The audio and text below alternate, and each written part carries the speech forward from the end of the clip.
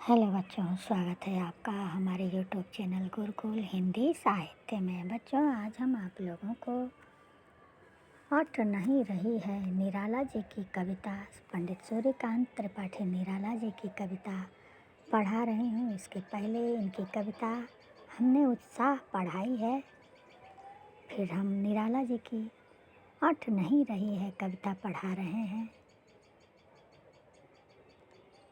प्रस्तुत प्रसंग में कवि ने अट नहीं रही है में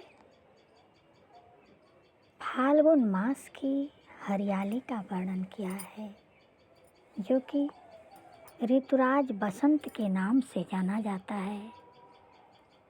फाल्गुन मास में बसंत का मौसम होता है, चारों तरफ प्रकृति में हरियाली फैली रहती है। उस हरियाली को देखकर प्राणी मात्र के मन में असीम उत्साह और आनंद की अनुभूति होती है। उसी समय का वर्णन है। कवि कह रहे हैं, अट नहीं रही है आभा फागुन की, तन सट नहीं रही है। इस फागुन मास की हरियाली की ये जो सुंदरता है, वो समेटने से भी नहीं समेट पा रहा है हम, क्योंकि इसकी सुंदरता की कोई सीमा नहीं है। कहीं सांस लेते हो, घर घर भर देते हो। इस फाल्गुन मास की हरियाली में कहीं कहीं तो चारों तरफ पेड़ पौधों में फल फूल लद गए हैं, और इस पृथ्वी का कोई कोना भी ऐसा नहीं है जहाँ की जिस घर में हरियाली न फैली हो। अर्थात जहाँ भी छोटे पेड़ पौधे भी हैं, वहाँ भी हरियाली छाई हुई है। उड़ने को नभ में तुम पर कर देते हो। ऐसा लगता है कि प्रकृति रूपी चिड़िया आकाश में उड़ने के लिए उनके पास अनेकों पंख हो गए हैं। इस पृथ्वी पर प्रकृति रूपी चिड़िया के पास आकाश में उड़ने के लिए हरियाली रूपी अनेकों पंख हो गए हैं। आँख हटाता हूँ तो सट हट नहीं रही है।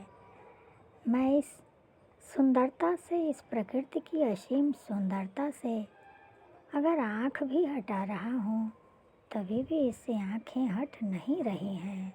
पत्तों से लदी डाल, कहीं हरी कहीं लाल। इस चारों तरफ फैली हरियाली में कहीं पत्तों से और फूलों से डालियाँ लद गई हैं, पेड़ों की डालियाँ लद गई हैं। कहीं पड़ी है उर्मे मंद गंध पुष्पमाल, पुष्पों की पंक्तियाँ जो पेड़ों पर लदी हुई हैं, उन पुष्पों से रह रह कर असीम आनंदमय सुगंध आ रही है। उससे हृदय को, मन को अत्यंत सुकून मिल रहा है। पाट पाट शोभा श्री पट नहीं रही है। इस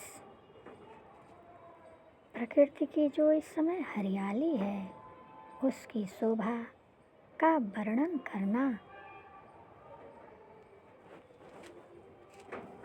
वर्णन से परे है। इसकी शोभा वर्णनातीत है। इसकी शोभा ऐसी है जिसका वर्णन भी नहीं किया जा सकता, जिसकी महिमा भी गाई नहीं जा सकती है। अर्थात इस समय प्रकृति अपनी असीम सुंदरता को लिए हुए रहती है, जो प्राणी मात्र के हृदय को सुकून पहुंचाती है।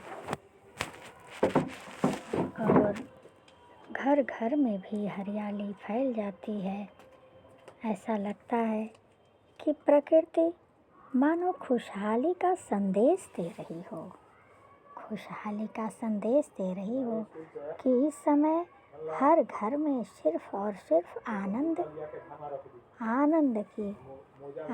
की अनुभूति होती है, असीम आनंद की अनुभूति होती है। तो बच्चों, इसी कविता के साथ मैं अपनी वाणी को विराम दे रही हूँ। अगले कविता के साथ मैं फिर आ रही हूँ। तब तक के लिए धन्यवाद।